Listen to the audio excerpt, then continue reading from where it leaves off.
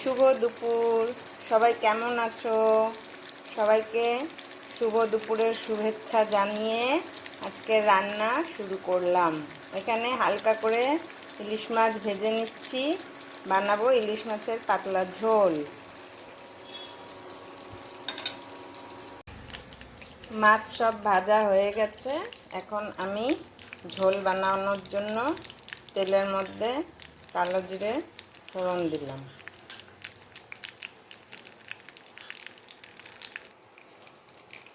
এখানে কেটে রেখেছি শোলা কচুর মাথার দিকটা সরু সরু করে কেটেছি, এটা এই তেলের মধ্যে দিয়ে দিলাম।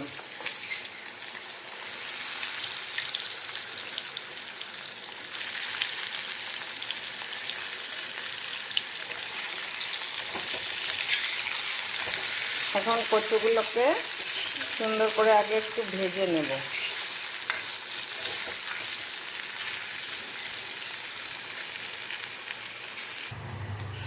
কচুগুলো আস্তে আস্তে সুন্দর করে ভাজাও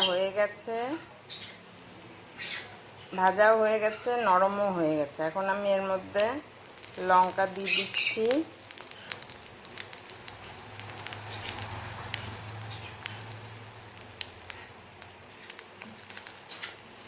হলুদ দিয়ে দিলাম, একটু নুন দিচ্ছি, আর একটু বাকিটা পরে দেব ঝোল দেওয়ার পরে। এখন আবার আরেকটু ভেজে নিচ্ছি।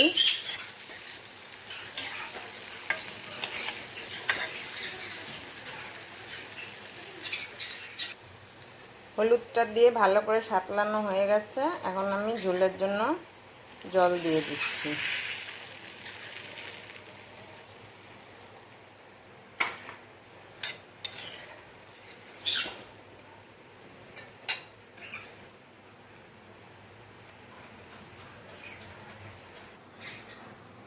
ঝোলটা আমার ফুটে গেছে, এখন আমি মাছগুলো দিয়ে দেব।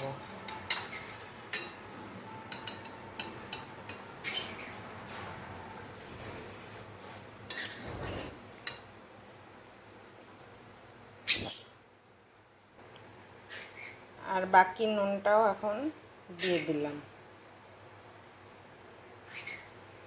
এখানে তেল বসিয়েছি, ঢেঁড়স ভাজা করব।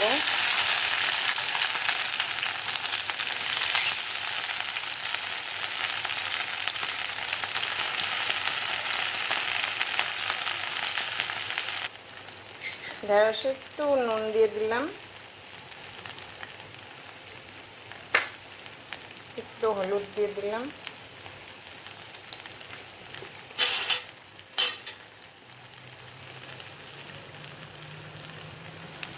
দু একটা কাঁচা লঙ্কাও দিয়ে দিলাম।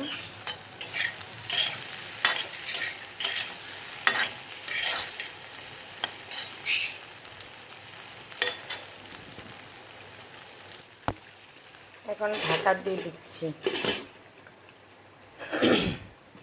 আঁচটা মিডিয়াম করে দিব।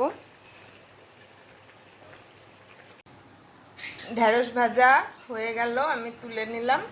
আর এখানে এটা আমি কুদরি বা তেলাকুচ বলে এটাকে, এটা এইভাবে কেটে নিয়েছি। কোনোদিন খাইনি, আজকে প্রথম খাবো, দেখি কেমন লাগে খেতে। এর মধ্যে একটু পেঁয়াজ দেব, পেঁয়াজ কুচি করে নিয়েছি। তেলের মধ্যে আমি প্রথমে পেঁয়াজটা দিয়ে দিলাম।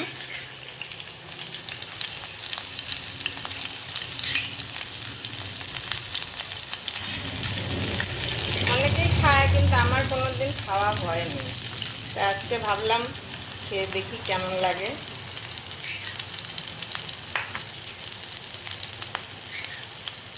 দুটো কাঁচা লঙ্কা দিয়ে দিয়েছি ওর সাথে।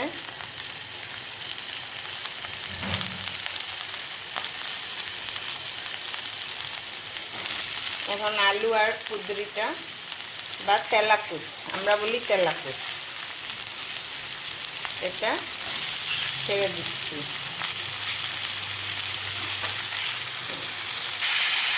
এই নুন হলুদ একটু দিয়ে দিলাম,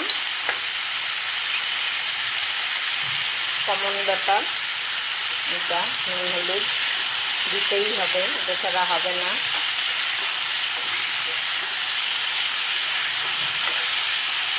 এই নাড়াচাড়া করে একটু ঢেকে ঢেকে ভাজা করব। এখন একটু ঢেকে দিচ্ছি।